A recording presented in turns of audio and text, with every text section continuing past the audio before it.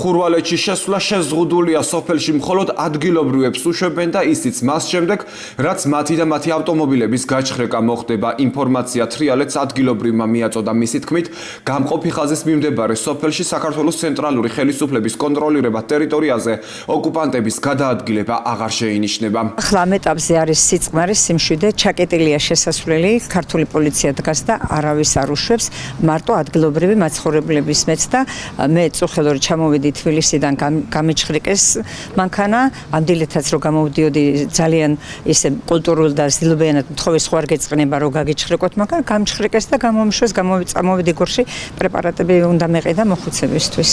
პირი, რომელსაც სოფელ ხურვალეთში მოხუცდა თავშესაფრისთვის ხონინდა დახმარება ჩაჰქონდა დანიშნულების ადგილზე არ მიუშვეს. დავით ბარაბაძე აცხადებს, რომ ის პოლიციის პირველივე საგუშაგოზე გააჩერეს და გზის გაგრძელების საშუალება არ მისცეს, თუმცა მიზეზები არავის განუმარტავს. პასუხის მისაღებად მან გენერალურ ინსპექციაში დარეკა, თუმცა უშედეგოდ. ბარაბაძეს ხურვალეთში მოხუცდა თავშესაფრისთვის ფული და ბენზინის ტალონები ჩაჰქონდა. ამ დილით გადავწყვიტეთ, რომ ჩამოსულიყავით ქალაქ გორის მუნიციპალიტეტის სოფელ ხურვალეთში, სადაც ჩვენი არსებული ინფორმაციით არის მოხუცდა თავშესაფარი.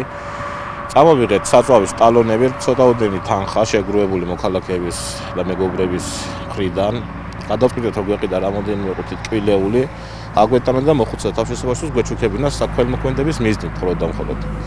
ჩვენ წამოვედით გორის მუნიციპალიტეტის მიმართულებით სოფელ ხურვალეთში და პირველივე პოსტზე, როცა მოვედით, კატეგორიული წინააღმდეგობა შეხვდა, რომ ვერ შეგიშვებთ.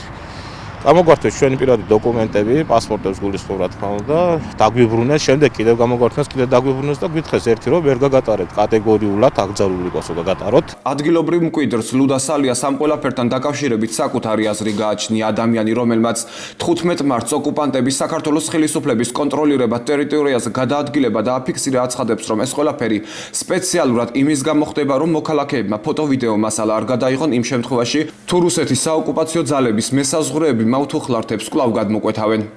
მე ვფიქრობ, რომ ალბათ გააგრძელებენ რუსები ბორდერიზაციას და შეიძლება კიდევ ვინმე მოკრას თვალი მაგრუს, ცოტა აქეთ იმ მავთუხლართისგან, ცოტა აქეთ კიდე მოშორებით და ამიტომ არ უნდა სიტუაციის დაძაბვა.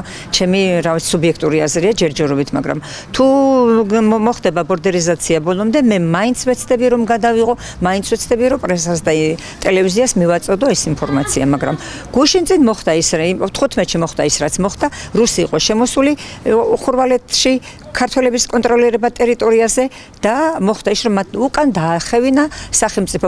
15 მარტის შემდეგ სოციალური ქსელის მეშვეობით ლუდა სალიას კრიტიკა დაიწყო. ხურვალეთის მკვიდრი აცხადებს, რომ ეს იყო მიზანმიმართული და კამპანიური ხასიათი ჰქონდა. სალია ვარაუდობს, რომ შეურაცხმყოფელი კომენტარები კონკრეტული პოლიტიკური პარტიის წარმომადგენლების მხრიდან იწერებოდა. პროლების შემოტევა და ვიცი უკვე ვისგანაც იმართება. ნამდვილად სრული პასუხისმგებლობით ვამბობ, რომ ეს არ არის ოცნებიდან არ იმართება, ეს იმართება პატრიოტული ალიანსი და ბურჯანაძის ხალხისგან და ვურჩევ ყველას, რომ საღგონებაზე იყვნენ და გაჩუმდნენ და არქნან ესეთი სისულელები არ აკეთო, რომ მე რუსი რო დაადგება თავზე, მე თავზე ხელი წაიშინონ. ესენი იყვნენ ყველანი მართულები სპეციალურად დატრენინგებულები და ისე მისცეს ინტერვიუ. თქვენ რამეს ხوارაპირებთან სამართლებრივად დავასწავლეთ? ვნახოთ, გადავწყვიტავ.